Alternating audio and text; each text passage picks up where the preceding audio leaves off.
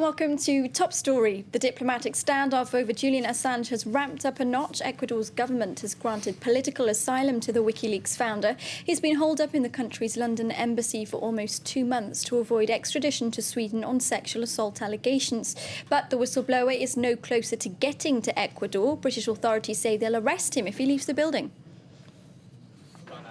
Protesters in New York show their support for Julian Assange. His case has become an international tug-of-war. Meanwhile, in Washington, Ecuador reiterated its position at an emergency Organization of American States meeting. Its ambassador was backed by the majority of the members when she said it would be unlawful for British authorities to raid the Ecuadorian embassy in London. Any authority from the hosting country cannot burst into a mission's premises without greatly violating obligations of international commitments established in treaties among civilized nations. Assange is wanted for questioning over allegations of sexual assault in Sweden. Both the government and the plaintiff's lawyer say the case should not become political.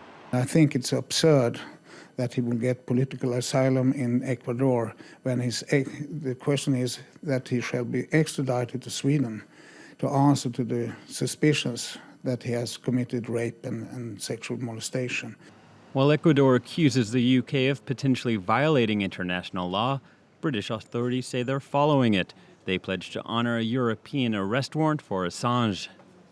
We will not allow Mr. Assange safe passage out of the United Kingdom, nor is there any legal basis for us to do so. Assange fears the extradition is a smokescreen. The WikiLeaks founder thinks Sweden would eventually hand him over to the United States to face potential spying charges. Both he and Ecuador have considered taking the matter to the international courts of justice. For more on this, I'm joined by Armin Georgian, our international affairs editor. Hello to you, Armin. Despite Ecuador's decision, then it looks like Julian Assange is no closer to leaving his gilded cage, despite being granted asylum. Well, legally, his status is still the same under British law, because remember, Britain passed an Act of Parliament in 1987 that gives it the right to revoke the status of an embassy if it's not being used for its diplomatic purpose. So giving asylum to someone who's wanted over sex allegations in another country is misusing the diplomatic mission of an embassy under UK law. So the UK could still revoke the status of the Ecuadorian embassy and go in there and take him out. That would then not be an invasion of Ecuadorian territory anymore under British law. But there is a political reality now all the same, because Ecuador has given him asylum and it's raised the political temperature.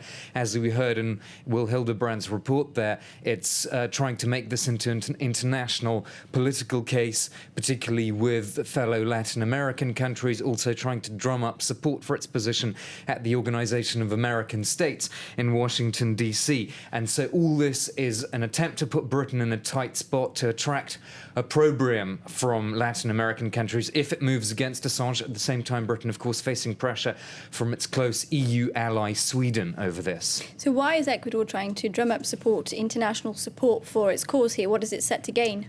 Well, firstly, Rafael Correa, the president, and Julian Assange have struck up a personal bond. Hopefully we can show you pictures there. This is from Russia Today, the international news channel. This is a video they posted on YouTube 2 months ago of the Julian Assange show where he interviewed Rafael Correa, and they got on very well. And at the end, Correa said something like, "Welcome to the club," or words to that effect. They both see themselves as challenging American policy and America's ethical view of itself.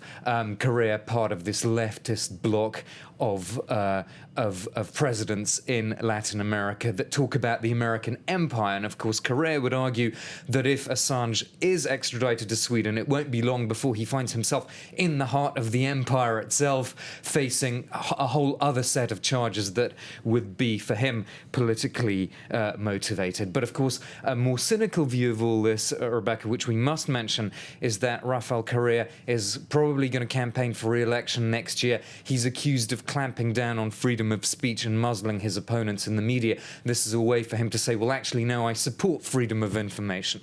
certainly for the moment looks like a true ally of Julian Assange. Is this case likely to go on to the International Court of Justice at some point?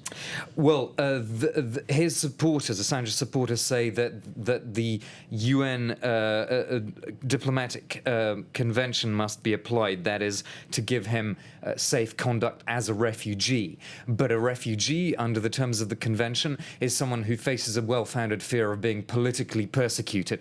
Britain will argue, no, he's not a political refugee, he's wanted over sex allegations. But of course, Ecuador and the others will say, no, he faces well-founded fears of political persecution. So it all comes back to who you think Julian Assange is in the first place, a seedy sexual molester or an icon of freedom of speech. Thanks very much for your analysis, Armin Georgian. That was Top Story. Stay tuned.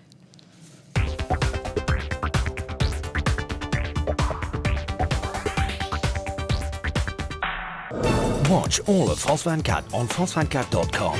All of France 24 in French, English and Arabic on France24.com.